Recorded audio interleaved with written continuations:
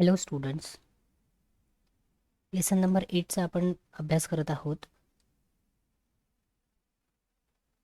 So let's start with today's video. See on your screen you can see the title of today's video. यामध्ये आपण बघूया circulatory system in human. Okay, see the human circulatory system is composed of blood vascular and lymphatic system. Okay, आता ह्यामध्ये blood वॅस्क्युलर सिस्टीमचा separate अभ्यास येणार आहे आणि लिम्फॅटिक सिस्टीमचा तुम्हाला सेपरेट नोट दिलेली आहे. ठीक आहे, सो लिम्फॅटिक सिस्टीम आपण एंडला करणार आहोत after the end of the at the end of this topic. Okay, so let's focus on the blood vascular system. ठीक आहे, so in human beings blood vascular system consist of blood, heart and blood vessels. Okay, blood vascular system कशाने बनलेली आहे तर ही ब्लडने बनलेली आहे, हार्टने बनलेली आहे आणि ब्लड वेसल्सने बनलेली आहे. त्यातल्या ब्लड वेसल्सचा अभ्यास आपण डिटेलमध्ये मागील व्हिडिओमध्ये केलेला आहे, बरोबर आहे. Okay, types of blood vessels किती आहेत? 3 प्रकारच्या आर्टरीज आहेत, वेन्स आहेत, कॅपिलरीज आहेत, प्रत्येकाचं फंक्शन. ओके, त्याचे डायग्रॅम्स आपण बघितलेले आहे. So this is cleared. Okay, so in this video we are going to focus on the blood. ठीक आहे, आणि त्याच्यानंतर आपण करणार आहोत तो नेक्स्ट व्हिडिओमध्ये आपण हार्टचा डिटेलमध्ये अभ्यास करणार आहोत, its structure and all. Okay, so blood vascular system consist of blood, then heart and then blood vessels. Okay, keep in mind.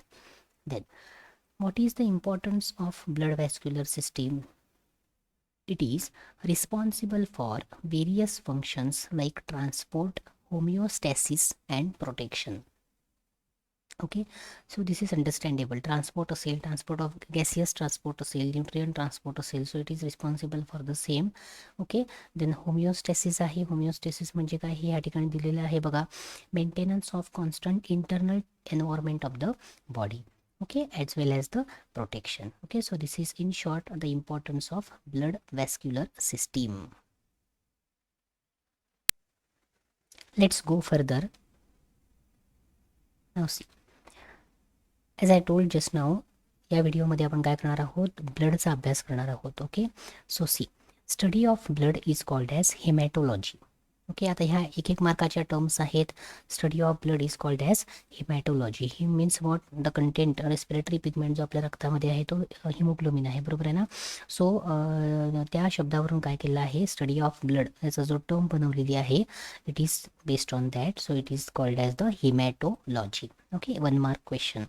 Then study of blood vessel is called as the angiology. Last व्हिडिओमध्ये आपण जे blood वेसल्सचा study बघितला आहे completely, so ती term काय म्हटली जाते, त्या टर्मला एकत्रितपणे एन्जिओलॉजी असं म्हटलं जातं. ठीक आहे, then blood is a bright red coloured fluid connective tissue. आता ही जे तुम्हाला मुद्दे दिसत आहेत इथून इथपर्यंत, त्याच्यामध्ये ब्लडची थोडक्यात माहिती दिलेली आहे. ठीक आहे, so blood is a bright red coloured fluid connective tissue आहे. व्हॉट इज अ ब्लड असा जर प्रश्न आला, किंवा डिफाईन ब्लड असा जर तुम्हाला प्रश्न आला, तर blood is a bright red कलरचं असतं माहिती आहे आपल्याला. फ्लुइड कनेक्टिव्ह टिश्यू आहे तो, एक प्रकारची काय आहे ती सेल्सने तयार झालेली आहे, एक प्रकारचा तो टिश्यू आहे. ठीक आहे, so keep in mind. Then this is the definition of blood. Then what is the origin, blood हे कुठून ओरिजिन झालेलं आहे, तर it is originated from the embryonic mesoderm. आता हा मेसोडर्मचा शब्द जो आहे, एंडोडर्म, मेसोडर्म, एक्टोडर्म, हे आपण लेसन नंबर 2 स्टडी करताना बघितलेलं आहे. So what is the, see here, embryonic mesoderm means reference lesson number 8, lesson number 9, origin of blood while development of the embryo. एम्ब्रियोची डेव्हलपमेंट ज्यावेळेला होत असते त्यावेळेला युटेराईन जे वॉल असतात त्याच्यामध्ये 3 स्तर पडलेले असतात, हे आपण बघितलंय, बरोबर आहे ना. त्याच्यामध्ये तो एंडोमेट्रियम आहे, मेसोमेट्रियम आहे, ओके, मायोमेट्रियम आहे, हे सुद्धा आपल्याला माहिती आहेत. पण ज्यावेळेला ॲक्च्युअल जो एम्ब्रियो तयार होणार आहे त्याच्यामध्ये सुद्धा काय सांगितलेले आहेत, वाईल डेव्हलपिंग द ऑर्गन्स, त्याच्यामध्ये सुद्धा 3 स्तर असतात. ओके, त्यातला एक्टोडर्म आहे, बाहेरचा भाग जो स्किनचा भाग तयार होतो, त्याच्यानंतर मेसोडर्म आहे आणि एंडोडर्म आहे. एंडोडर्ममध्ये इंटरनल माहिती आहेत आपल्याला, इंटरनल ऑर्गन्स काही त्यामध्ये ओरिजिन होतात, आणि मेसोडर्मचा जो भाग आहे, मिडल लेअरचा जो भाग आहे, त्यातून काय तयार होतं, ब्लड इज ओरिजिनेटेड. ठीक आहे, देन टेस्ट कशी आहे रक्ताची, तर इट इज सॉल्टी आहे. आपल्याला माहिती आहे की आपण काही वेळेला समजा थोडंसं जरी टेस्ट केलेलं असेल, आपल्या शरीरावर काही जखम झालेली असेल किंवा काही आपण जे टेस्ट केलेली असेल, तो पर्टिक्युलर ब्लडचा कंटेंट, बरोबर आहे ना. आपल्याला पोटाला समजा आपण काय करतो, एखादी जखम झाली असेल बोटाला तर तो पटकन काय करतो, रक्त थांबावे यासाठी पटकन ते बोट असतं ते आपण तोंडात घालतो, बरोबर आहे ना. आणि काय करतो, ते थोडंसं सक केल्यानंतर आपल्याला काय होतं, ती रक्तप्रवाह जो आहे तो काही प्रमाणामध्ये थांबतो, बरोबर आहे. सो त्यावेळेला जी टेस्ट आपण जाणवतो ती कशी असते, it is the salty one. Okay. Then what is the this pH of the blood, it is 7.4. आता हा MCQला काही वेळेला आलेला प्रश्न आहे. Okay, pH of blood is 7.4. This is slightly alkaline. Okay, this particular blood is heavier than the water. पाण्यापेक्षा काय आहे, जड आहे. And amount 4 to 6 litres in an average size adult.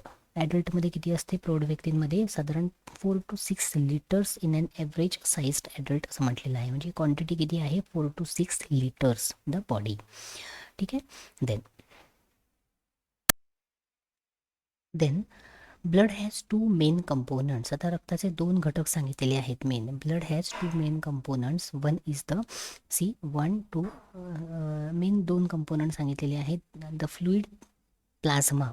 C here, आता हे तुम्हाला 10वीपर्यंत सुद्धा तुमचा स्टडी झालेला असेल कदाचित. या ठिकाणी बघा, पहिला महत्त्वाचा कंटेंट आहे तो प्लाझ्माचा कंटेंट आहे. द फ्लुइड प्लाझ्मा म्हटलेला आहे. म्हणजे रक्त आपण ज्यावेळेला बघतो त्यावेळेला ते रेड कलरमध्ये असतं, पण त्या रक्ताचे 2 घटक असतात. एक वॉटरी कलर सिक्रेशन असतं त्यामध्ये, त्याला म्हटलं जातं plasma. This is of 55%. Okay.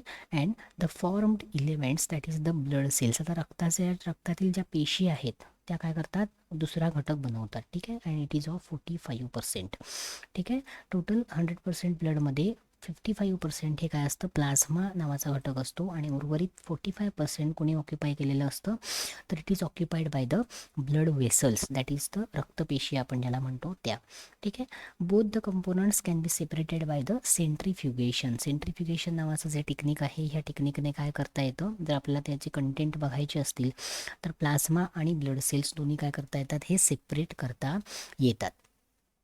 ठीक आहे. So this is the very important point. Blood has 2 main components. One is the fluid plasma and another is the formed elements, that is the blood cells. आणि त्याचं त्यांनी contribution दिलेलं आहे. Then now see, this is about the plasma. आता ह्या textbook diagram ही या ठिकाणी दिलेली आहे. ठीक आहे. Plasma, it constitute 55% of the blood. It is stroke coloured, slightly alkaline, viscous fluid.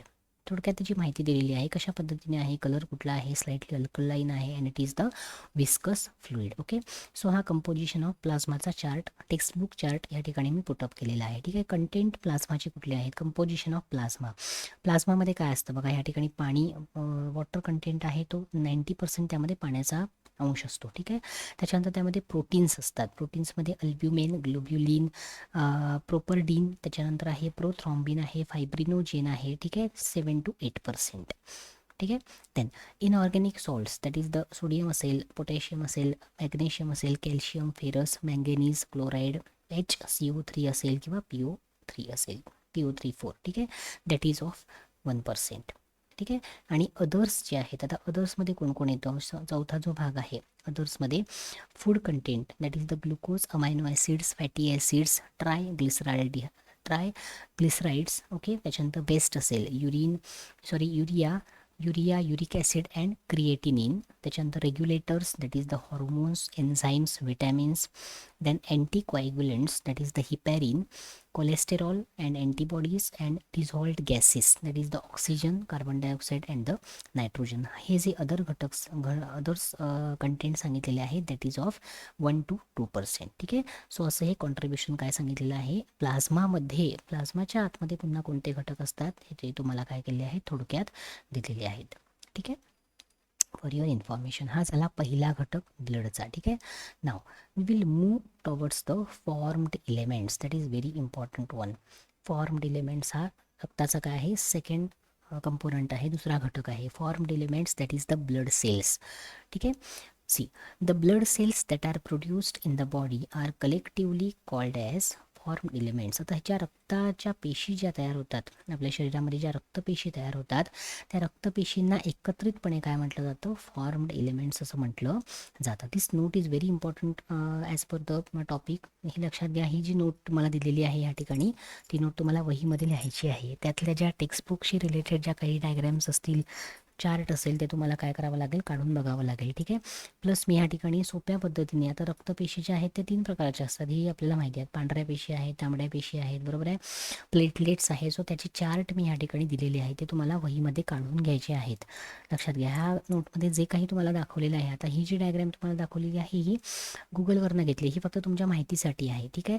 कशा पद्धतीने तो रक्ताचा घटक दिसत असतो हे दाखवण्यासाठी मी तुम्हाला ह्या ठिकाणी दिलेलं आहे. ही डायग्राम काही तुम्हाला काढायची नाही आहे, पण जे चार्ट दिलेले आहेत अभ्यासाच्या दृष्टीने ते महत्त्वाचे आहेत. ठीक आहे. Then okay, so blood cells are called as the formed elements. Then human blood contains 3 types of formed elements, that is as, आता किती सांगितलेले आहेत बघा, ह्या ठिकाणी रक्तामध्ये 3 प्रकारचे काय सांगितलेले आहेत, फॉर्म्ड एलिमेंट सांगितलेले आहेत किंवा रक्तपेशी सांगितलेले आहेत. As red blood corpuscles, that is the RBCs. Okay, red blood corpuscles that is RBCs, किंवा दुसरा शब्द त्याला आहे इरिथ्रोसाइट्स. ओके. देन दुसरा जो टाईप आहे तो आहे व्हाईट ब्लड कार्पस्कल्स, किंवा त्याला WBCs असं म्हणतात. ओके. आणि त्याला दुसरा शब्द आहे ल्युकोसाइट्स. ठीक आहे. आणि थर्ड जो आहे तो प्लेटलेट्स, किंवा त्याला थ्रॉम्बोसाइट्स असं म्हटलं जातं. ठीक आहे. थोडक्यात ह्या ठिकाणी बघायला झालं तर ह्युमन रक्तपेशीचे 3 भाग आहेत. त्यामध्ये पहिला आहे तो रेड ब्लड, म्हणजे काय सांगा, आपण मराठीमध्ये त्याला तांबड्या रक्तपेशी म्हणतो, बरोबर आहे ना. त्याला शब्द आहे इरिथ्रोसाइट्स. ओके. दुसरा आहे तो व्हाईट ब्लड आहे, ज्याला आपण म्हणतो पांढऱ्या पेशी, बरोबर आहे, किंवा त्याला दुसरा शब्द आहे ल्युकोसाइट्स. आणि त्याच्यानंतर आहे तो प्लेटलेट्स म्हणतो. आपण शब्द कानावरनं गेला असेल आपल्या, प्लेटलेट्स, रक्तातल्या प्लेटलेट्स कमी झाल्या आहेत, रक्तातल्या प्लेटलेट्स जास्त झालेल्या आहेत. ठीक आहे. सो त्या ह्या काय आहेत सांगा, प्लेटलेट्स आहेत, किंवा त्याला थ्रॉम्बोसाइट्स असं सुद्धा म्हटलं जातं. ठीक आहे. सो बायोलॉजिकल टर्ममध्ये जर बघायला गेलं तर तुम्ही या ठिकाणी इरिथ्रोसाइट्स पहिला घटक, त्याच्यानंतर ल्युकोसाइट्स दुसरा घटक, आणि थ्रॉम्बोसाइट्स हा तिसरा घटक.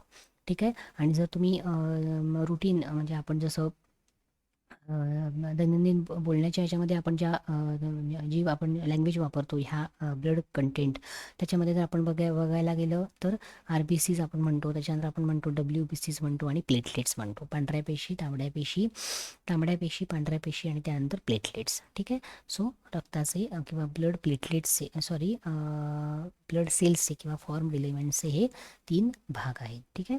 आता ह्या ठिकाणी एक गुगल डायग्राम ह्या ठिकाणी मी पुटअप केली आहे बघा. ही जी आहे ती ब्लड वेसल आहे, रक्तवाहिनी या ठिकाणी तुम्ही बघू शकता. ठीक आहे. ही रक्तवाहिनी आहे, आणि त्या रक्तवाहिन्याच्या आतमध्ये काय असतं सांगा, आपलं जे रक्त आहे ते रक्तवाहिन्यांमधून किंवा ब्लड वेसल्समधून संपूर्ण शरीरामध्ये ट्रान्सपोर्टेशन जे काही आहे किंवा जो काही पुरवठा आहे तो होत असतो हार्टकडून, बरोबर आहे ना. हा आपण अभ्यास केलेला आहे. ठीक आहे. सो हा ब्लड वेसल आहे, त्याच्या आतमधून हे रक्तप्रवाह आपल्याला दिसतो. ठीक आहे. आता ह्या ठिकाणी हा जो तुम्हाला दिसतोय बघा, straw coloured side, slightly yellowish straw coloured आपल्याला जो घटक दिसतोय तो आहे प्लाझ्माचा सगळ्यात पहिला भाग. ठीक आहे. आणि अदर दॅन प्लाझ्मा आपल्याला इतर जे घटक दिसत आहेत ते कशामध्ये येतात, अर्थातच फॉर्म्ड एलिमेंट्समध्ये येतात. ठीक आहे. त्यामध्ये आपण बघू शकतो ह्या ठिकाणी रेड कलरच्या आहेत त्या रेड ब्लड सेल्स आहेत किंवा तांबड्या पेशी आहेत. ठीक आहे. त्याच्यानंतर आपल्याला ह्या ज्या दिसत आहेत बघा, ह्या ज्या दिसत आहेत स्लाइटली आपल्याला पर्पल कलरच्या, स्लाइटली ओके, ह्या ज्या दिसत आहेत त्या कशा आहेत, व्हाईट ब्लड सेल्स आहेत या ठिकाणी आपल्याला दिसत आहेत. ठीक आहे. आणि त्याच्यानंतर आपण ह्या ज्या काही बघतोय आता ह्या ठिकाणी तुम्ही बघू शकता स्लाइटली एक बॅक्टेरिया कशा पद्धतीने असतो त्या पद्धतीचा थोडासा त्याचा आकार आपल्याला दिसतोय, त्याला म्हटलं जातं प्लेटलेट्स. या ठिकाणी आपण बघू शकतो 1 2 3 4 या ठिकाणी मध्ये तर आपण काय बघू शकतो, हे प्लेटलेट्स आपण बघतोय. सो हे 3 काय आहेत सांगा, रक्ताचे घटक आहेत. ठीक आहे. Other than plasma. Now will study about one by one the formed elements. एकेकाचा आपण अभ्यास करणार आहोत. आपण प्लाझ्माचा थोडक्यात आपण अभ्यास बघितला होता. ठीक आहे. प्लाझ्माची आपण थोडक्यात नोट आणि तो चार्ट बघितला होता. आता आपण प्रत्येक रेड ब्लड सेल असेल, त्याच्यानंतर व्हाईट ब्लड सेल असेल किंवा प्लेटलेट असेल, त्याचा आपण काय करणार आहोत, अभ्यास करणार आहोत. पहिला आहे तो रेड ब्लड कार्पस्कल्स आहे बघा, किंवा त्याला इरिथ्रोसाइट्स असं सुद्धा म्हणतात. Here the representative diagram I have been put up. ठीक आहे. Then see here, erythrocytes are the most abundant cells in the human body. हे सगळ्यात महत्त्वाचं आहे. 1 मार्क क्वेश्चनसाठी किंवा तुम्हाला MCQसाठी हा येऊ शकतो. इरिथ्रोसाइट्स आहेत ते आर द मोस्ट अबंडंट, म्हणजे सगळ्यात जास्त सेल्स शरीरामध्ये कोणत्या आढळतात, तर त्या तांबड्या रक्तपेशी असतात किंवा त्याला रेड ब्लड सेल्स असं सुद्धा म्हटलं जातं. Okay. Then now see, they are the circular biconcave. आता ह्या ठिकाणी आपल्याला त्याचा हे दिसू शकतो, बाय कॉन्केव्ह म्हणजे काय हे आपल्याला शेपवरनं लक्षात येतं. सर्क्युलर आहेत, बाय कॉन्केव्ह आहेत, अँड इन्युक्लिएटेड. ओके, ह्याच ठिकाणी काय बघा, इन्यूक्लिएटेड म्हणजे काय, ह्या ठिकाणी बघा काय म्हटलेलं आहे ते, इन कॅमल अँड लॅमा ह्या दोन ऑर्गॅनिझममध्ये दे आर द न्यूक्लिएटेड, म्हणजे त्याच्यामध्ये न्यूक्लियस हा प्रेझेंट असतो. ओके, पण काय सांगितलेलं आहे, सरासरी रेग्युलरली काय सांगितलेलं आहे, दे आर द इन्यूक्लिएटेड. ओके, आता इन्यूक्लिएटेड म्हणजे काय, ती टर्म इथे दिलेली आहे बघा. Enucleated means remove the nucleus from किंवा अ सेल, म्हणजे ही जी तांबडी रक्तपेशी आहे त्याच्यामध्ये आपल्याला कुठल्याही, आता सेल म्हटल्यानंतर त्याच्या आतमध्ये न्यूक्लियस असतो हे आपल्याला माहिती आहे, किंवा केंद्रक असतो, बरोबर आहे. पण ह्या तांबड्या पेशीमध्ये कुठल्याही प्रकारचा न्यूक्लियस आपल्याला दिसणार नाही, म्हणून त्याला म्हटलं जातं इन्यूक्लिएटेड असं म्हटलं जातं. ओके, त्याचा अर्थ शब्दाचा ह्या ठिकाणी मी दिलेला आहे. पण त्यांनी काय सांगितलेलं आहे, कॅमल म्हणा किंवा त्याच्यानंतर लॅमा नावाचा जो ऑर्गॅनिझम आहे त्याच्यामध्ये आपल्याला ह्या रेड ब्लड सेल्स कशा दिसतात, they are the nucleated means having the nucleus. ठीक आहे. Then average life span of RBCs are 120 days. 120 days प्रत्येक सेल आपल्याला माहिती आहे नवीन सेल्स जनरेट होत असतात from the pre existing cell. So ह्या ज्या रेड ब्लड सेल्स आहेत त्याचं ॲव्हरेज लाईफ किती सांगितलेलं आहे, 120 डेजचं सांगितलं आहे. सो आफ्टर 120 डेज नवीन सेल्स त्या ठिकाणी तयार होतात. ठीक आहे, ह्या सुद्धा MCQसाठी येणारा प्रश्न आहे. ओके, आता ह्या ज्या 3 टर्म्स आहेत त्या अतिशय महत्त्वाच्या आहेत, लक्षात घ्या. प्रत्येक तुम्हाला जो ब्लडचा फॉर्म एलिमेंट आहे त्याच्यामध्ये तुम्हाला हे दिसून येतं. ठीक आहे, आता बघा formation of RBCs. Formation of RBCs त्याला काय म्हटलं जातं, किंवा त्याची जी निर्मिती आहे त्याला टर्म कुठली वापरलेली आहे, तर इरिथ्रोपोएसिस ही टर्म वापरलेली आहे. ओके, इरिथ्रोसाइट्सवरनं काय झालेले आहेत हे शब्द आलेले आहेत. सो फॉर्मेशन ऑफ RBCsला म्हटलं जातं इरिथ्रोपोएसिस. Okay, erythropoiesis. ठीक आहे. Then increase in the number of RBCs. Okay, increase in the number of RBCs is called as the polycythemia. जर अचानकपणे शरीरामध्ये ह्या रेड ब्लड सेल्समध्ये जर वाढ होत असेल तर त्या टर्मला म्हटलं जातं पॉलिसायथेमिया. ओके, आणि अचानकपणे जर त्या सेल्समध्ये डिक्रीज होत असेल, decrease in the number of RBCs, तर त्याला म्हटलं जातं इरिथ्रोसायटोपेनिया. इरिथ्रोसायटोपेनिया. तुम्हाला हे शब्द लक्षात ठेवावे लागणार आहेत, कारण हे तुम्हाला एक मार्कासाठी तुम्हाला या टर्म किंवा MCQसाठी हे विचारले जाणारे प्रश्न आहेत. ठीक आहे, या टर्म्स ह्या लेसनमध्ये खूप आहेत, लक्षात घ्या. म्हणजे निर्मितीला काय म्हणतात, सिंथेसिसला काय म्हणतात, तर erythropoiesis. Increase in the cell number झाला तर त्याला म्हटलं जातं पॉलिसायथेमिया, आणि डिक्रीज जर झाला in that number of cells तर त्याला म्हटलं जातं इरिथ्रोसायटोपेनिया. ओके, सो ही नोट ही कम्प्लीट, हा एंटायर जो व्हिडिओ आहे त्याची जी नोट आहे ती व्यवस्थित वहीमध्ये लिहून घेणं आवश्यक आहे. ठीक आहे. Okay, now will see about the white blood cells. Okay, some of the points are remaining still. Red blood सेल्सची आपण ह्या ठिकाणी बघूया. हे आपण रेड ब्लड कॉर्पस्कल्सची माहिती आपण किंवा त्याची नोट आपण बघतोय. ठीक आहे. Now see the red color of RBCs is due to an oxygen carrying respiratory pigment, that is the hemoglobin, or in their cytoplasm. ठीक आहे, आता ह्या RBCsमध्ये काय सांगितलेलं आहे, त्याचा जो तांबडा रंग सांगितला आहे तो तांबडा रंग कशामुळे असतो, it is due to the oxygen carrying respiratory pigment. म्हणजे आपल्या रक्तातला रेस्पिरेटरी पिगमेंट कोणता आहे किंवा त्या RBCमधला रेस्पिरेटरी पिगमेंट कोणता आहे, तर इट इज द हिमोग्लोबिन नावाचा घटक आहे. ठीक आहे, इन देअर सायटोप्लाझम. यांच्या सायटोप्लाझममध्ये असणाऱ्या हिमोग्लोबिनमुळे त्याला तांबडा रंग हा प्राप्त झालेला असतो. ठीक आहे. Then the hormone erythropoietin produced by the kidney cells stimulate the bone marrow for the production of the RBCs. आता ह्या RBCचं जे प्रोडक्शन आहे किंवा त्याची जी निर्मिती आहे ती कशा पद्धतीने होते, तर बघा काय सांगितलेलं आहे, the hormone erythropoietin produced by the kidney cells. किडनीच्या ज्या सेल्स आहेत, ओके, त्याच्यामध्ये जो किडनीच्या सेल्स आहे त्याच्यामध्ये तयार होणारं किंवा त्याच्याकडून तयार होणारं एक हॉर्मोन आहे, इरिथ्रोपोएटिन नावाचं हॉर्मोन आहे, produced by kidney cells. They stimulate म्हणजे काय करतात, ॲक्सलरेट करतात किंवा तयार करायला काय करतात, त्याला ॲक्सलरेट करतात किंवा त्याला स्पीडअप करतात. ठीक आहे. So stimulate the bone marrow okay, for the production of the RBCs. ठीक आहे. Then total RBC count. आता काउंट किती आहे बघा, टोटल RBC काउंट मेलमध्ये किती असतो, फिमेलमध्ये किती असतो. In males their average number is about 5.1 to 5.8 million per millimetre cube per microlitre म्हटलेलं आहे. And in female it is about 4.3 to 5.2 million per millimetre cube. Okay, so हे काय आहे, काउंट आहे, मेलमध्ये किती काउंट असतो आणि फिमेलमध्ये किती काउंट असतो. ठीक आहे. देन पुढे बघा, the haematocrit is the ratio, definition आहे बघा, the haematocrit is the ratio of the volume of RBCs to the total blood volume of blood. Total रक्त किती आहे, टोटल रक्ताचं व्हॉल्यूम किती आहे आणि त्याच्यामध्ये असणारा RBCचं व्हॉल्यूम किती आहे. ओके, त्याचा जो रेशिओ आहे त्याला म्हटलं जातं हिमोक्रिट असं म्हटलं जातं. It is different for men and the women. Okay, men आणि वुमनसाठी काय सांगा, हा जो हिमोक्रिट आहे that is which is the ratio of the volume of RBCs to the total volume of the blood, it is different in both of them. ठीक आहे. So this is the further information about the RBC. ह्यामध्ये तुम्हाला काही महत्त्वाचे जे घटक आहेत किंवा शब्द आहेत ते तुम्हाला हायलाईट केलेले आहेत, त्याच्यावर फोकस करणं अत्यंत महत्त्वाचं आहे. ठीक आहे. आणि शेवटचा जो मुद्दा आहे आपला RBC मधला, that is the functions of RBC. त्याचं कार्य काय आहे बघा, erythrocytes are responsible for the transport of respiratory gases.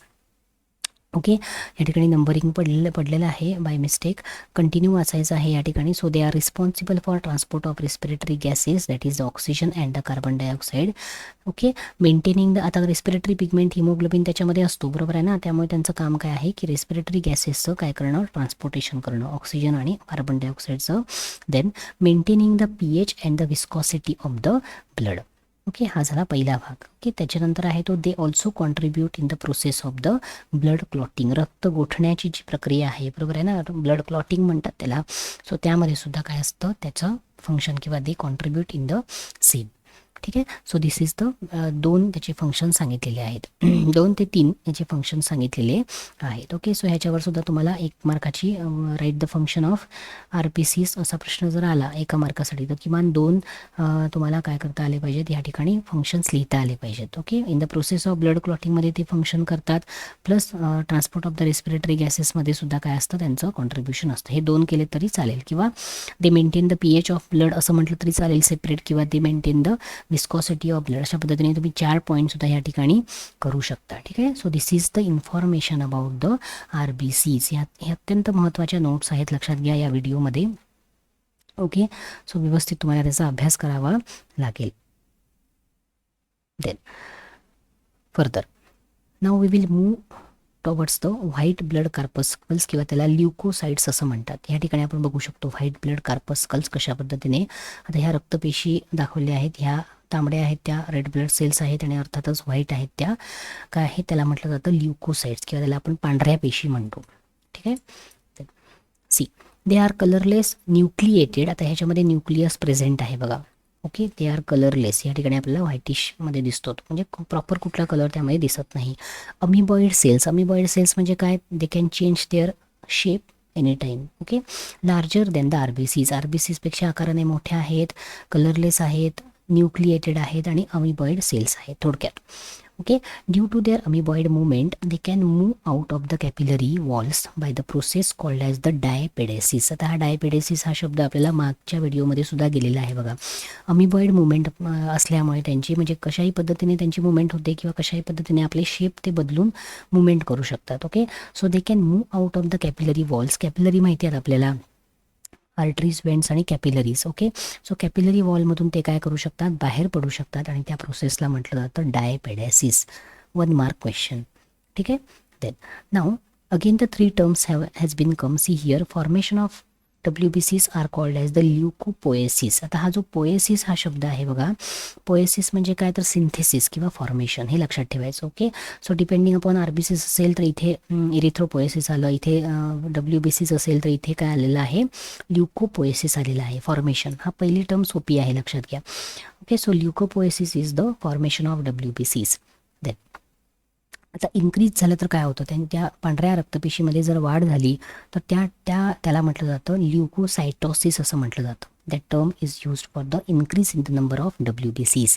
Okay, temporary increase occurs due to the infection. काही वेळेला इन्फेक्शन झालेलं असतं, त्यामुळे सुद्धा हा काउंट असतो तो रेज झालेला असतो. Okay, it also occurs during the pregnancy and in the newborn babies. Then decrease जर असेल, decrease in the number of WBCs असेल तर त्याला म्हटलं जातं leukopenia. Okay, then blood cancer ब्रॅकेटमध्ये uncontrolled increase in the WBCs. Blood कॅन्सरमध्ये काय होतं तर पांढऱ्या रक्तपेशी या झपाट्याने वाढत जातात आणि ती टर्म जी आहे त्याला म्हटलं जातं ल्युकेमिया असं म्हटलं जातं. ठीक आहे. Then now what is the function of WBCs? Mainly concern with the defence mechanism of the body. अतिशय महत्त्वाचं आहे. डिफेन्स मेकॅनिझम ऑफ द बॉडीमध्ये किंवा ॲज अ डिफेंडिंग सेल्स म्हणून त्या काय करतात काम करतात. That is the protection. Okay. So this is the information about the white blood corpuscles or the leukocytes. Now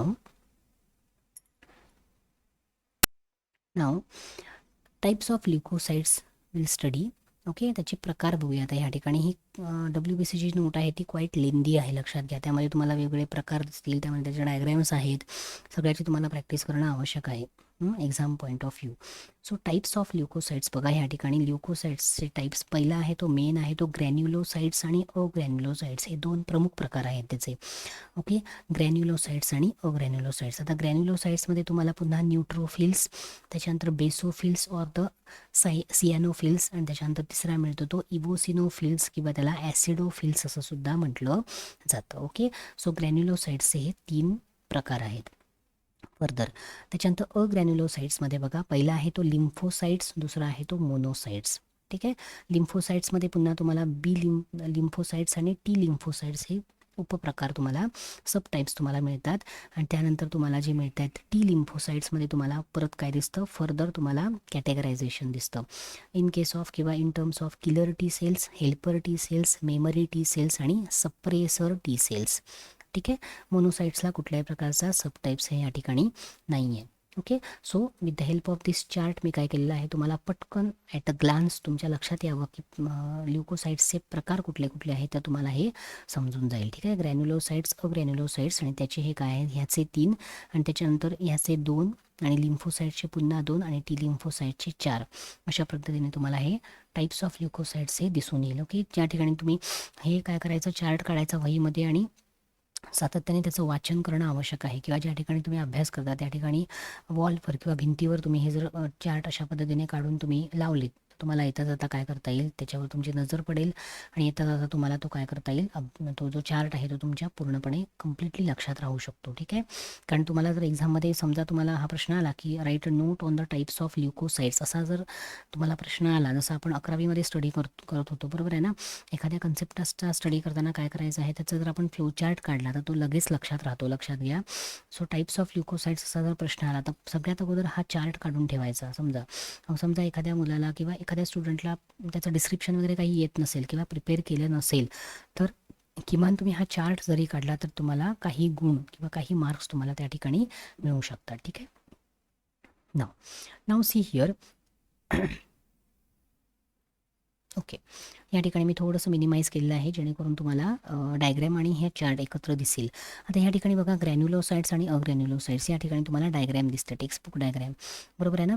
या ठिकाणी तुम्हाला ती काय करायची आहे याची तुम्हाला प्रॅक्टिस करणं आवश्यक आहे. तुम्हाला इंडिव्हिज्युअल समजा न्यूट्रोफिल्स किंवा इंडिव्हिज्युअल तुम्हाला ग्रॅन्युलोसाइट्सची माहिती लिहा असं आलं ग्रॅन्युलोसाइट्स. ओके, तर ग्रॅन्युलोसाइट्समध्ये जे 3 भाग आहेत प्रकार आहेत त्याची तुम्हाला माहिती अलॉंग विथ द डायग्रॅम काढणं आवश्यक आहे. ठीक आहे.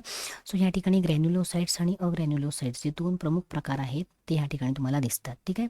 या ठिकाणी बघा ग्रॅन्युलोसाइट्समध्ये हा न्यूट्रोफिल आहे जो असा दिसतो, त्याच्यानंतर हा बेसोफिल आहे जो असा दिसतो बघा, याचं डिस्क्रिप्शन आपण बघणार आहोत, आणि इवोसिनोफिल्स हा अशा पद्धतीचा दिसतो. ठीक आहे. सो हे 3 भाग कशाचे आहेत सांगा, they are of the granulocytes. Okay, आणि त्याच्यानंतर आपण उजवीकडे जर आलो तर त्याच्यामध्ये आपल्याला लिम्फोसाइट आणि मोनोसाइट्स हे 2 प्रकार अग्रॅन्युलोसाइट्सचे दिसतात. हा तुम्हाला लिम्फोसाइट्स दिसतो इथे या ठिकाणी आणि हा तुम्हाला सगळ्यात मोठा दिसतोय तो मोनोसाइट दिसतो. ठीक आहे. सो मी ह्या ठिकाणी बायफर्गेशनसाठी हे एक लाईन टाकलेली आहे बघा, जेणेकरून तुम्हाला ग्रॅन्युलोसाइट्स कुठले आणि अग्रॅन्युलोसाइट्स कुठले हे तुम्हाला लगेच लक्षात येईल. ठीक आहे. सो ह्या चार्टची आणि ह्या डायग्रॅमची प्रॅक्टिस करणं अतिशय आवश्यक आहे. ठीक आहे. सी हिअर वन्स अगेन, हे 3 ग्रॅन्युलोसाइट्स आहेत आणि हे 3 अग्रॅन्युलोसाइट्स आहेत. ओके, नाव बघा ग्रॅन्युलोसाइट्स. आता ह्या ठिकाणी बघा ग्रॅन्युलोसाइट्समध्ये these are WBCs with a granular cytoplasm. आता ह्या ठिकाणी तुम्ही बघू शकता हे ग्रॅन्युल्स तुम्हाला ह्या ठिकाणी दिसत आहेत बघा. ग्रॅन्युलोसाइट्स हा शब्द कशा पद्धतीने पडलेला आहे, या ठिकाणी तुम्हाला ग्रॅन्युल लाईक म्हणजे छोटेसे बॉल लाईक स्ट्रक्चर तुम्हाला ह्या प्रत्येक टाईपमध्ये तुम्हाला दिसून येतात. They are the granules one. So त्यावरून त्याला नाव पडलेलं आहे ग्रॅन्युलर सायटोप्लाझम असल्यामुळे granulocytes. Okay, they are called as the polymorphonuclear leukocytes किंवा PMN सेल्स असं सुद्धा त्याला म्हटलं जातं. ओके, सो ग्रॅन्युलोसाइट्सला दुसरा शब्द कोणता आहे तर PMN, that is the nuclear leukocytes असा त्याला दुसरा शब्द आहे, लक्षात ठेवा. ठीक आहे. Then they have lobulated nuclei in different shapes. आता ह्या ठिकाणी तुम्ही बघू शकता न्यूक्लियस जो आहे तो तुम्हाला वेगवेगळ्या शेपमध्ये दिसतो. हा न्यूक्लियस आहे, बरोबर आहे ना. हा तुम्हाला ह्या ठिकाणी तुम्हाला वेगळ्या शेपमध्ये दिसतो, इथे वेगळा आहे आणि इथे वेगळा आहे. Okay, then granulocytes are formed from myeloid stem cells and once formed do not divide.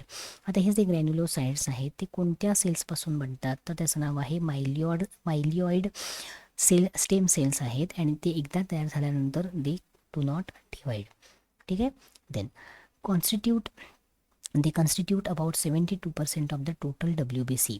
Okay, total WBC पैकी हे जे ग्रॅन्युलोसाइट्स आहेत त्याचा कॉन्ट्रीब्युशन आहे, म्हणजे या तिघांचा कॉन्ट्रीब्युशन किती आहे 72% एवढा आहे. Depending upon staining property of the granules, okay, the granulocytes are classified into 3 types: neutrophils, basophils आणि acidophils. या ठिकाणी आपण बघू शकतो न्यूट्रोफिल, बेसोफिल आणि ॲसिडोफिल्स. त्याला दुसरा शब्द कोणता आहे इओसिनोफिल्स. स्टेनिंग प्रॉपर्टीवरून काय सांगितलं, वेगवेगळ्या प्रकारचे जे स्टेन त्या ठिकाणी वापरली तर त्याला आपल्याला ते डिफरन्शिएट करता येतात, वेगवेगळ्या कलरमध्ये दिसतात, लक्षात घ्या. त्यावरून आपण त्याला डिफरन्शिएट करू शकतो. ठीक आहे. So this is about the basic information about the ग्रॅन्युलोसाइट्स.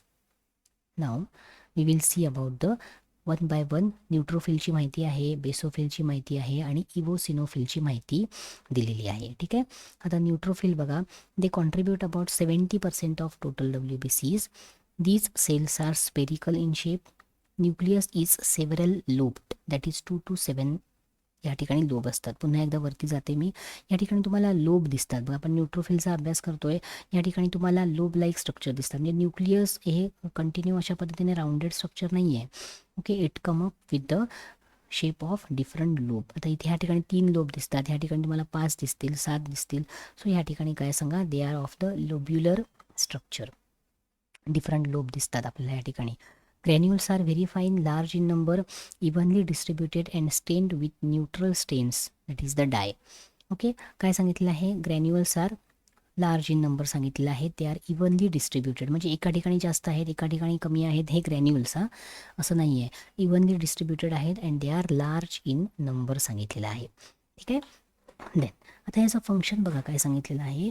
These are able to perform the amoeboid movement and the phagocytosis. त्याचं काम काय आहे तर अमिबॉइड मुवमेंट ग्रॅन्युलोसाइट्स त्यामुळे करू शकतात. फॅगोसायटोसिस म्हणजे काय, फॉरेन पार्टिकल्स जर येत असतील तर त्यांना काय करायचं आहे, एनगल्फ करायचं आहे. एनगल्फ म्हणजे त्यांना कॅच करणं, त्यांना नष्ट करणं, डिस्ट्रॉय करणं, त्याला म्हटलं जातं फॅगोसायटोसिस. ठीक आहे. Then they are responsible for destroying the pathogens here by the process of phagocytosis, आत्ता मी म्हटल्याप्रमाणे. ठीक आहे. Then pus is mixture of dead neutrophils, damage tissues and the dead microbes. आता पस, आता एखाद्या ठिकाणी आपल्याला जखम झाल्यानंतर समजा ती भरली नाही तर त्या ठिकाणी पस होतो बघा, किंवा आपण त्याला मराठीमध्ये पू म्हणतो, बरोबर आहे ना.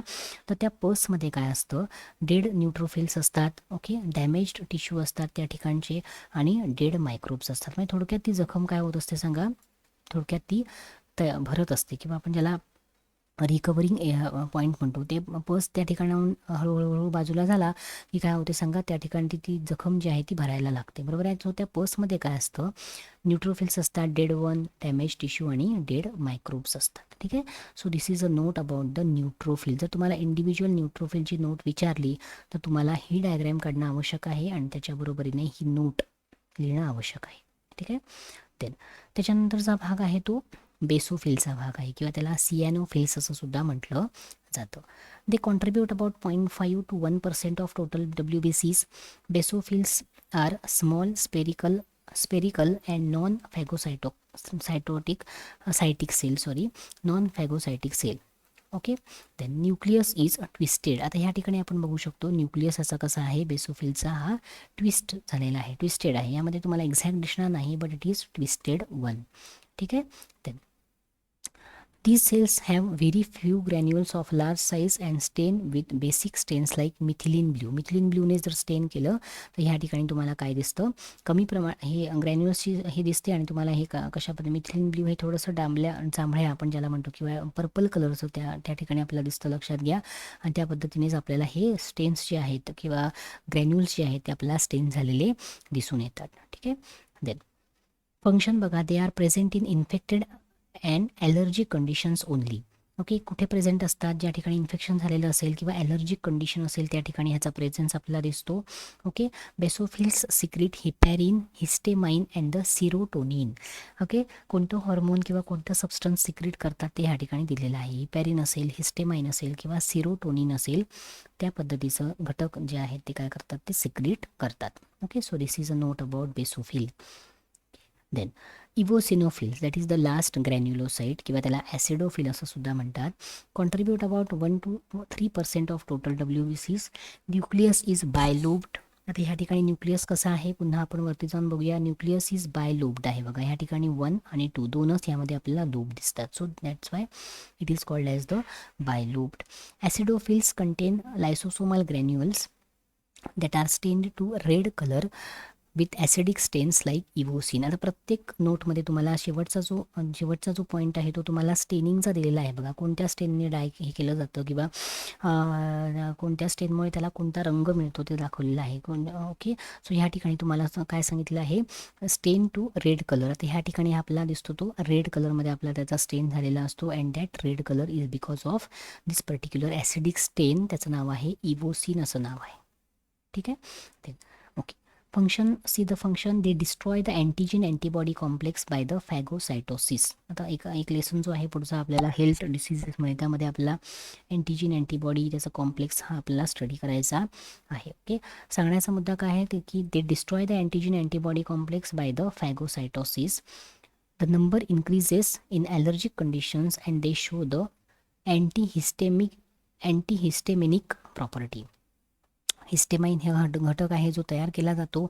ओके. ह्या ठिकाणी काय सांगितलं आहे, ॲलर्जिक कंडिशन जर असेल तर त्या ठिकाणी इवोसिनोफिल्स जे आहेत ते जास्त कंटेंटमध्ये आपल्याला दिसतात. And they show the antihistaminic property. Okay. To heal that particular wound. Okay. किंवा जो काही ॲलर्जिक कंडिशन तयार झालेली आहे ती ॲलर्जिक कंडिशन त्या ठिकाणाहून नाहीशी व्हावी किंवा त्या ठिकाणी ती रिकवर व्हावी, ह्यासाठी जी प्रॉपर्टी दाखवली जाते त्याला म्हटलं जातं antihistaminic property. okay. They are also responsible for the detoxification as they produces the antitoxin. Okay. Detoxification म्हणजे काय, डिटॉक्सिफिकेशन म्हणजे काय, एखादा टॉक्झिक घटक किंवा एखादा टॉक्झिसिटी ज्याला आपण काइंड ऑफ आपण विषारी म्हणतो, बरोबर आहे ना. टॉक्झिक कंटेंट जर बॉडीमध्ये काही गेलेले असतील, टॉक्झिसिटी क्रिएट होत असेल तर त्याच्या अगेन्स्ट अँटीटॉक्झिन्स काय केले जातात, तयार केले जातात. So they are responsible for the detoxification of that particular condition. ठीक आहे. So this is the function of the eosinophil. Okay. So we have studied about the granulocytes. आपण डिटेलमध्ये अभ्यास केलेला आहे, ज्यामध्ये न्यूट्रोफिल आले, त्याच्यानंतर बेसोफिल्स आले आणि इबोसिनोफिल्स हा भाग आला. ठीक आहे. त्याच्यानंतर आपण जाणार आहोत ते ग्रॅन्युलोसाइट्सकडे जाणार आहोत, second part of the leukocyte. ग्रॅन्युलोसाइटमध्ये बघा, अग्रॅन्युलोसाइटमध्ये they contribute about 28% of total WBCs. Granulocytes किती कॉन्ट्रीब्यूट करत होते, ग्रॅन्युलोसाइट 70% अबाउट, आणि उरलेले जे आहे 28% ते काय करतात, ग्रॅन्युलोसाइट हे कॉन्ट्रीब्यूट करत असतात. ठीक आहे. Cytoplasm of this leukocytes is without granule. See here. Agranulocytes त्यांना का म्हटलेलं आहे की कोणत्याही प्रकारचे ग्रॅन्युअल लाईक स्ट्रक्चर त्यामध्ये दिसत नाहीत. So that's why they are named as the agranulocytes. हे समजण्यासारखं आहे. Okay. They are formed from lymphoid stem cells. They are of 2 types. Okay. Lymphocytes आणि मोनोसाइट्स. पुन्हा एकदा मी वरती डायग्रॅमकडे जाते. ओके. या ठिकाणी आपण बघू शकतो हे लिम्फोसाइट आहे बघा. या ठिकाणी लिम्फोसाइट आणि मोनोसाइट. आता आपण काय करणार आहोत, या ठिकाणी अग्रॅन्युलोसाइटचे 2 भाग आहेत, लिम्फोसाइट्स आणि मोनोसाइट्स. कोणत्याही प्रकारचे ग्रॅन्युल्स त्यामध्ये प्रेझेंट नसतात बघा. या ठिकाणी आपण डायग्रॅममध्येच आपल्या लक्षात येतं, या ठिकाणी आपल्याला ग्रॅन्युल्स दिसतात, ह्यामध्ये कोणत्याही प्रकारचे आपल्याला ग्रॅन्युल्स दिसत नाही. So that's why they are the agranulocytes. त्याचे प्रकार लिम्फोसाइट्स आणि मोनोसाइट्स हे 2 आहेत. ठीक आहे. ओके, आता पहिला बघूया lymphocytes. Okay, see here, smallest of all the WBCs. हा MCQचा प्रश्न आहे किंवा एका मार्काचा प्रश्न आहे. सगळ्यात लहान WBCs कोणते आहेत तर त्या लिम्फोसाइट्स आहेत. लक्षात घ्या, दे constitute about 25 to 30% of total WBCs. They are of 2 types further, B lymphocytes आणि T लिम्फोसाइट्स. ठीक आहे, तुम्ही काय करायचं आहे, हा व्हिडिओ बघताना सर्वप्रथम तो जो चार्ट दिलेला आहे वरती, तो चार्ट एका कागदावर काढून घ्यायचा आणि मग तुम्ही काय करू शकता, चार्ट काढायचा, त्याच्याखाली त्याच्या डायग्रॅम काढायच्या, प्रत्येकाच्या रफ काढला तरी चालेल. आणि मग काय करायचं आहे, तुम्ही 1 by 1 ह्याचं डिस्क्रिप्शन बघायचं आहे. म्हणजे डिस्क्रिप्शन बघताच किंवा ते डिस्क्रिप्शन वाचतानाच तुम्ही काय करू शकता, तो चार्ट बघू शकता, प्लस तुम्ही काय करू शकता, त्याच्या डायग्राम आहेत त्या तुम्ही बघून तुम्हाला लगेच तो कन्सेप्ट काय होईल लक्षात येईल. ठीक आहे, so B lymphocyte, T lymphocytes are the 2 types of lymphocytes. Okay, B lymphocytes mature in the bone marrow. B lymphocytes कुठे मॅच्युअर होतात तर बोन मॅरोमध्ये, and are responsible for antibody production or the humoral immunity. अतिशय महत्त्वाचा point आहे हा, antibody production किंवा ज्याला आपण अँटीबॉडीज तयार होतं शरीरामध्ये. आता आपण कोरोनाच्या काळामध्ये आपण सातत्याने हे शब्द ऐकत असतो की वॅक्सिन घेतल्यामुळे वॅक्सिन काय करतं, डेड विषाणू असतात त्याच्यामध्ये, बरोबर आहे ना, किंवा वीक विषाणू असतात त्यामध्ये त्या पर्टिक्युलर डिसीजचे. सो ते काय करतं की आतमध्ये आपल्या शरीरामध्ये जाऊन अँटीबॉडीज, म्हणजे आपण ज्याला प्रतिजैविक म्हणतो, अँटीबॉडीज शरीरामध्ये तयार करतात, जेणेकरून त्या डिसीजला आपण काय करू शकतो, फाईट करू शकतो. ओके, सो पर्टिक्युलर अँटीबॉडी प्रोडक्शनचं काम कोण करत असतं, हे पर्टिक्युलर बीटा लिम्फोसाइट करत असतं. ठीक आहे, देन त्याच्यानंतर T लिम्फोसाइट जो आहे दुसरा भाग, T lymphocytes mature in the thymus. दोन वेगळे शब्द आहेत बघा या ठिकाणी. B लिम्फोसाइट कुठे मॅच्युअर होतात तर बोन मॅरोमध्ये मॅच्युअर होतात. ओके, आणि T लिम्फोसाइट कुठे मॅच्युअर होतात तर थायमस नावाच्या, थायमस आपण स्टडी केलेला आहे, एंडोक्राईन ग्लँड आहे, बरोबर आहे ना, अंतस्थ ग्रंथी आहे. सो थायमसमध्ये काय होतात, ते मॅच्युअर होतात, and they are responsible for the cell mediated immunity. हा शब्दसुद्धा किंवा हे जे कन्सेप्ट आहे ते आपण ह्युमन हेल्थ अँड डिसीजेसमध्ये बघणार आहोत. बरं, सध्या तुम्ही फक्त एवढंच लक्षात ठेवा की ह्याचं फंक्शन काय आहे. बघा, ह्युमोरल इम्युनिटी हा एक शब्द आपल्याला आलेला आहे या ठिकाणी. See, humoral immunity, okay, which is caused by the beta lymphocyte, आणि cell mediated immunity which is caused by the T lymphocytes. Okay, दोघांना डिफरन्शिएट केलेलं आहे या ठिकाणी, कुठे तयार होतात आणि ते they are responsible for what, ते ह्या ठिकाणी दिलेलं आहे. ठीक आहे, then subtypes of T lymphocytes, या ठिकाणी सब टाईप्स आपण बघितलेले आहेत बघा, हे 4 या ठिकाणी बघितलेले आहेत subtypes of T lymphocytes. Okay, त्याच्यामध्ये आलेलं आहे helper T cells, killer T cells, memory T cells आणि सप्रेसर टी सेल्स, हे 4 त्यामध्ये प्रकार आहे. ठीक आहे, so this is a note of lymphocytes थोडक्यात. ओके, देन त्याच्यानंतरचा भाग आहे तो मोनोसाइट्स आहे बघा. These are the largest of all the WBCs. Okay, smallest कोणता आहे तर लिम्फोसाइट हा स्मॉलेस्ट आहे, आणि लार्जेस्ट कोणता आहे सांगा, सगळ्या WBCsमध्ये सगळ्यात मोठा आहे तो मोनोसाइट आहे. ठीक आहे, contribute about 3 to 5% of WBCs.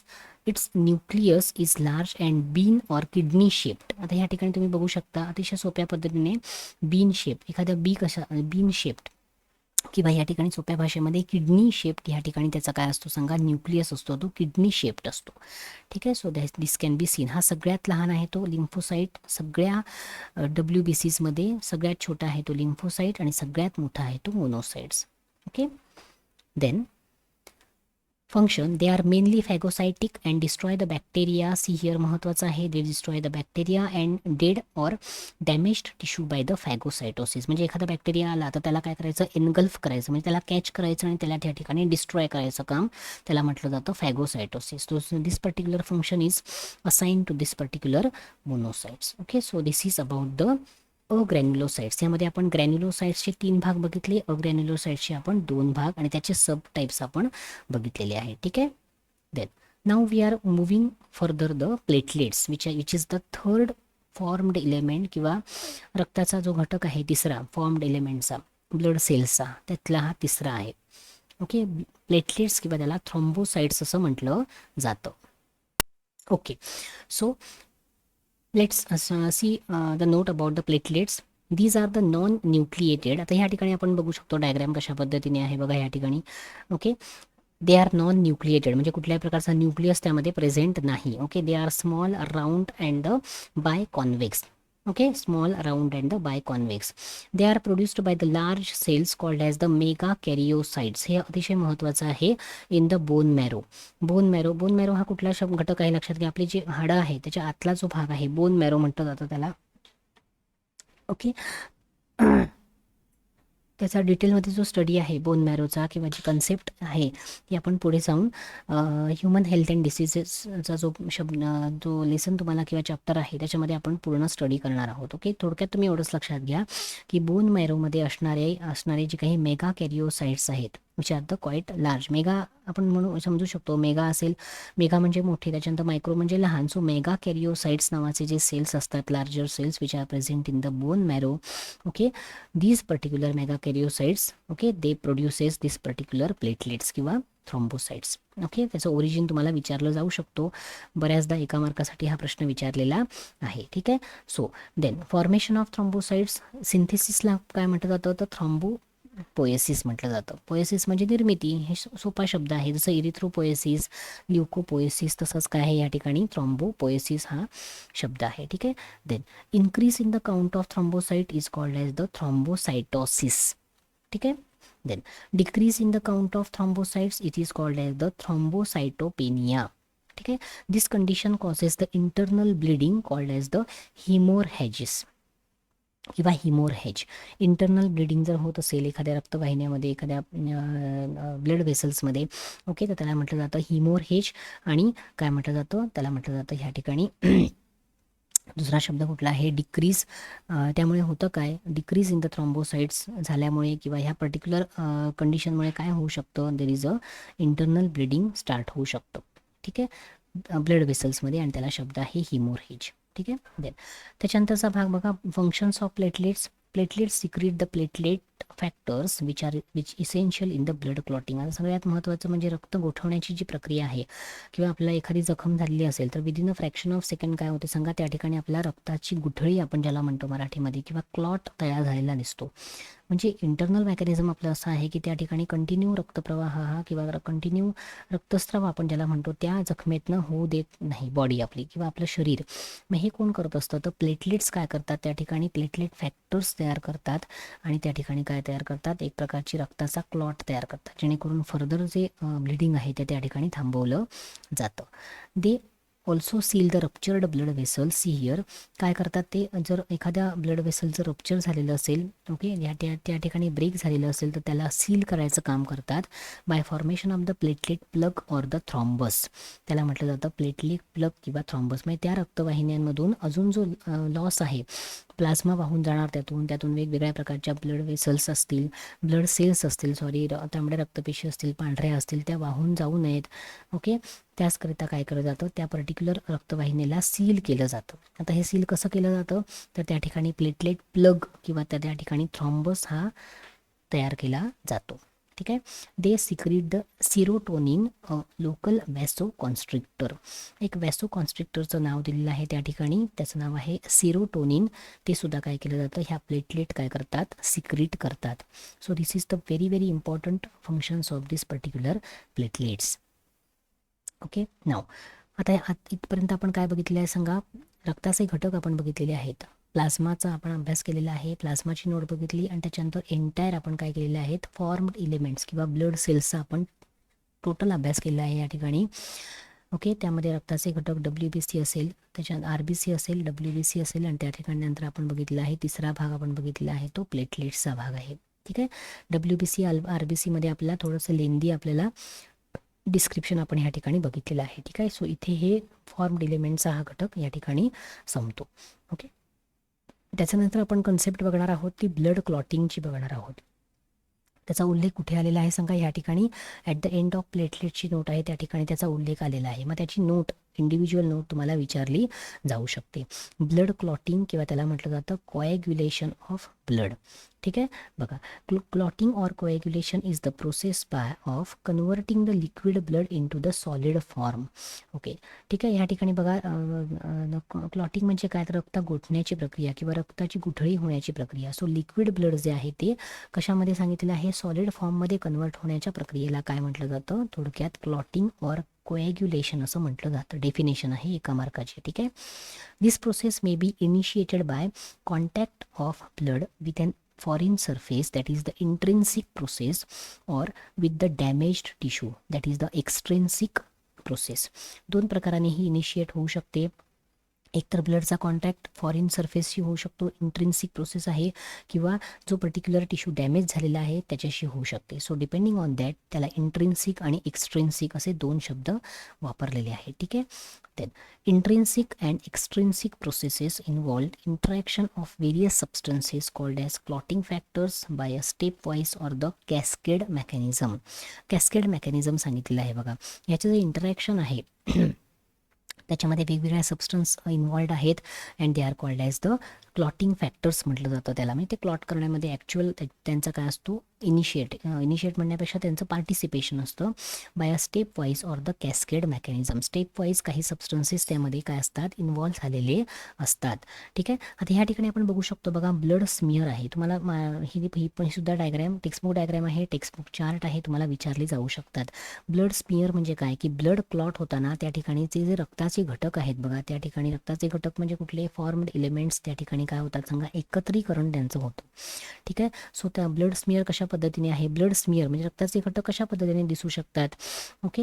या ठिकाणी रेड ब्लड सेल्स आहेत बघा, ह्या ठिकाणी आपण बघू शकतो तर व्हाईट ब्लड सेल्स आहेत, आणि ह्या ठिकाणी आपण बघू शकतो तर प्लेटलेट्स आहेत. आणि त्याच्यामध्ये काय असतं सांगा, या ठिकाणी व्हाईट कलरचं काय असतं सांगा, आपण प्लाझ्मा त्याला म्हणतो. ठीक आहे. So this is the blood smear. म्हणजे ॲक्च्युअल ज्या वेळेला रक्ताची चाचणी आपण ज्याला म्हणतो, वेगवेगळे फॅक्टर्स, कॅल्शियम असेल किंवा अजून काही असेल, थायरॉईडचं डिटेक्शन असेल, वेगवेगळे घटक त्यामध्ये डिटेक्ट होतात, बरोबर आहे ना. सो रक्त घेतल्यानंतर एखाद्या पर्टिक्युलर इंडिव्हिज्युअलमधून जो स्मिअर आहे, म्हणजे ते काय केलं जातं, रक्त घेतल्यानंतर त्या एका स्लाईडवर ठेवलं जातं, बरोबर आहे ना. स्लाईडवर ठेवल्यानंतर थोड्याशा छोट्याशा ब्रशने तो जो व्यक्ती आहे टेस्ट करणारा, तो काय करतो, त्याचा एक स्मिअर बनवतो. स्मिअर म्हणजे काय, की थोडासा एक थिन लेअर त्याचा तयार करतो, आणि अंडर द मायक्रोस्कोप ज्यावेळेला तो लेअर बघितला जातो त्यावेळेला हे अशा पद्धतीने दिसू शकतात. सो व्हाईट ब्लड सेल्स आहे, त्याच्यानंतर रेड ब्लड सेल्स आहेत, आणि प्लेटलेट्स आहेत. ठीक आहे. ते आता ह्या ठिकाणी आपण बघू शकतो ब्लड क्लॉटिंगचा चार्ट दिलेला आहे बघा.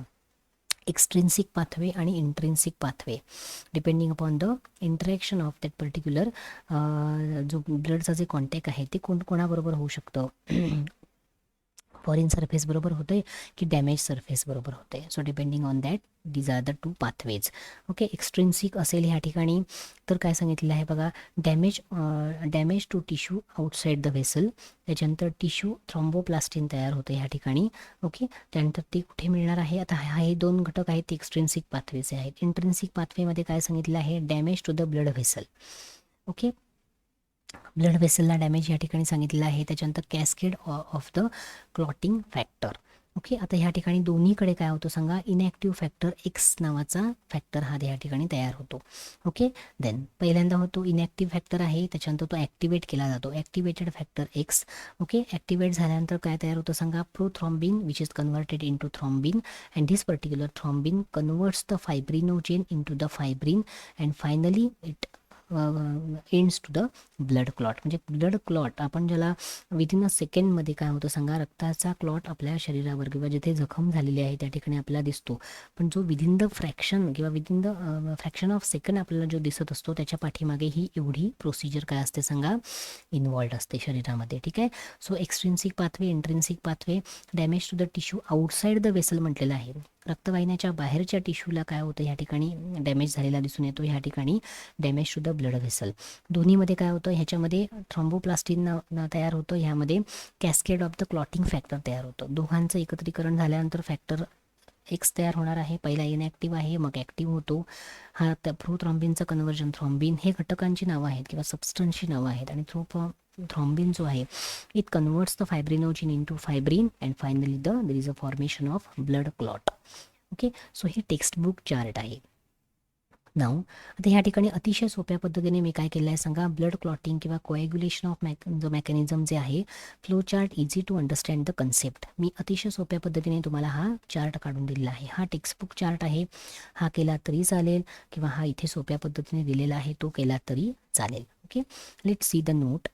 The platelets of the injured tissue releases thromboplastin, which stimulate the formation of the enzyme prothrombinase in the blood.